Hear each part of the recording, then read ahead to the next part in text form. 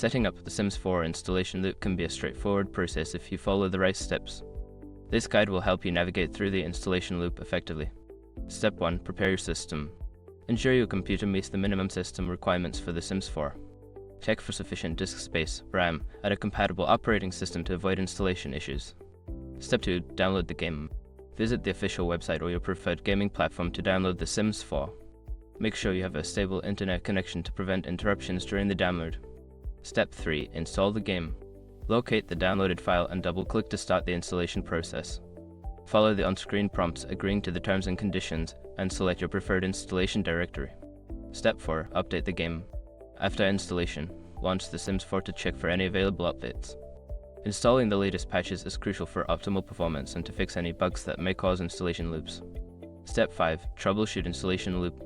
If you encounter an installation loop, try verifying the game files through your game launcher. Additionally, check for any conflicting software or antivirus settings that may be interfering with the installation. By following these steps, you should be able to set up The Sims 4 without any issues. Enjoy your gaming experience.